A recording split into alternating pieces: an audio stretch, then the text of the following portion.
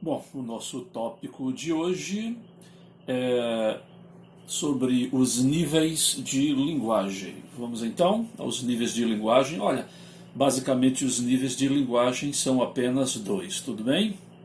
Então, o primeiro nível é o nível formal, é o nível formal da linguagem. A questão é que ele também tem outros nomes, então pode ser nível formal, mas também pode ser chamado de linguagem culta, né? Ou ainda norma padrão. Então, a linguagem culta ou formal, ela é caracterizada pela correção gramatical, pela ausência de termos regionais e gírias, ela prima pela riqueza vocabular e frases bem elaboradas. Salvo raras exceções, é a linguagem que nós utilizamos nos livros, jornais e revistas, e claro, é a que deve ser utilizada nos documentos oficiais, trabalhos acadêmicos e também nas nossas avaliações, tá? Agora, uh, deixa eu colocar aqui para vocês as características, tá, da linguagem culta ou formal. Então, lembrando, primeiro, correção gramatical significa dizer que ela segue rigorosamente a gramática. Ausência de gírias e regionalismos, tá? Então, na linguagem culta, na linguagem formal, então a gente vai evitar o uso de gírias e regionalismos. A riqueza vocabular. Então perceba que na linguagem formal o vocabulário é mais rico, é um vocabulário escolhido com mais carinho, né? E também as frases são bem mais construídas, bem mais elaboradas, tudo bem? Então essas são características da linguagem culta ou formal. Eu posso dizer que a linguagem formal é o contrário de tudo isso, né? Mas eu posso explicar melhor esse contrário de tudo isso.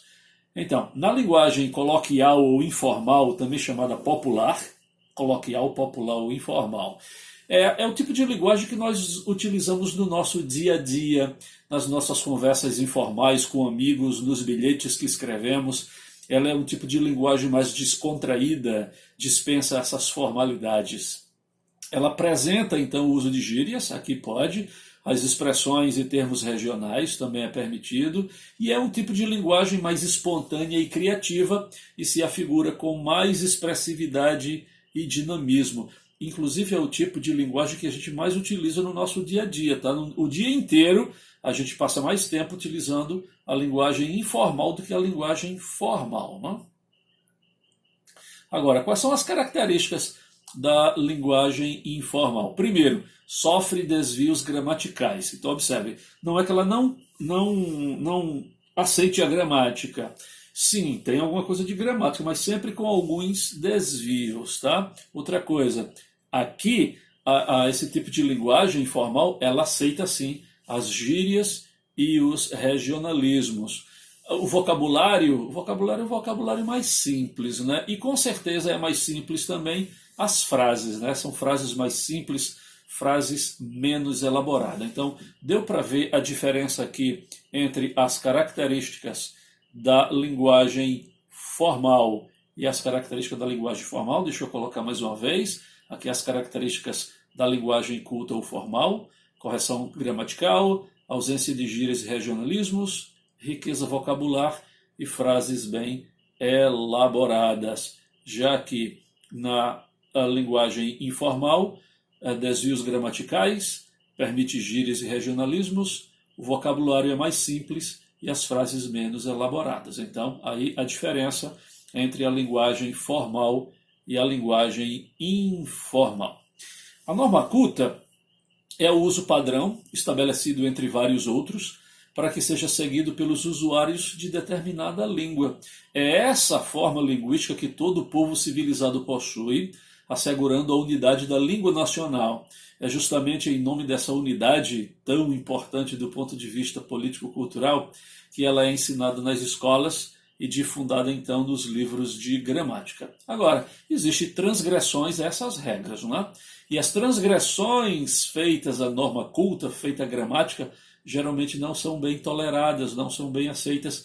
E isso muitas vezes gera o quê? Preconceito contra aqueles que não entram em conformidade com o que dita a norma.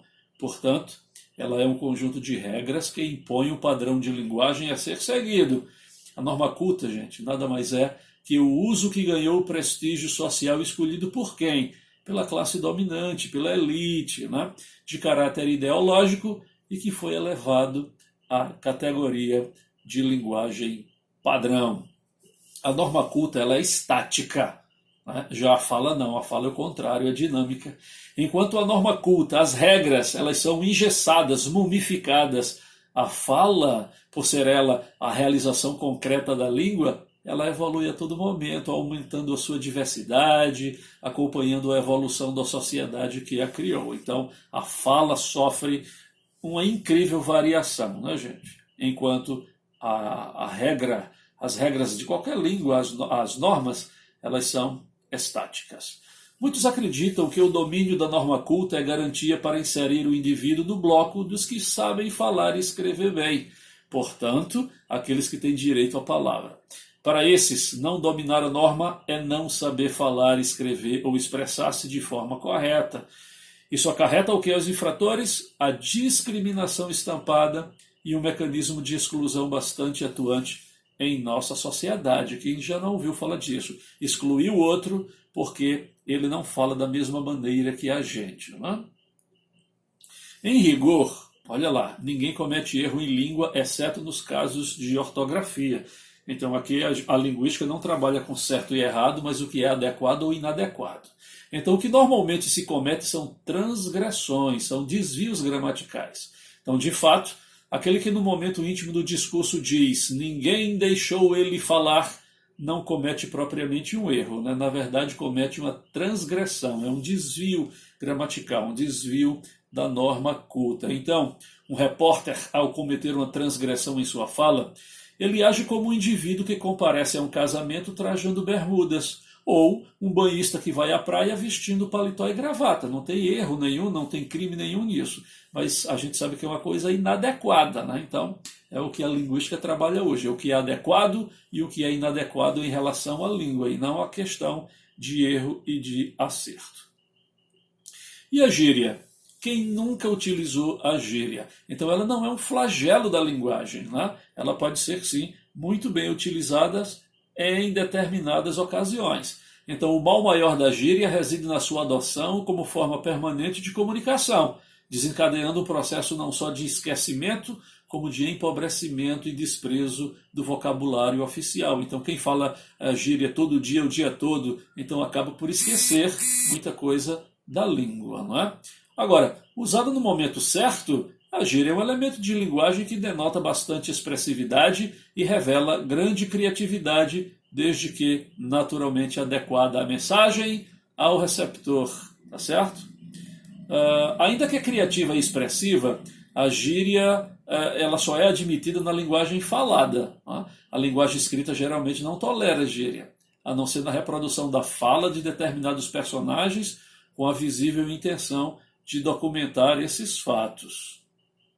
Agora, e o calão? Já ouviu falar do calão?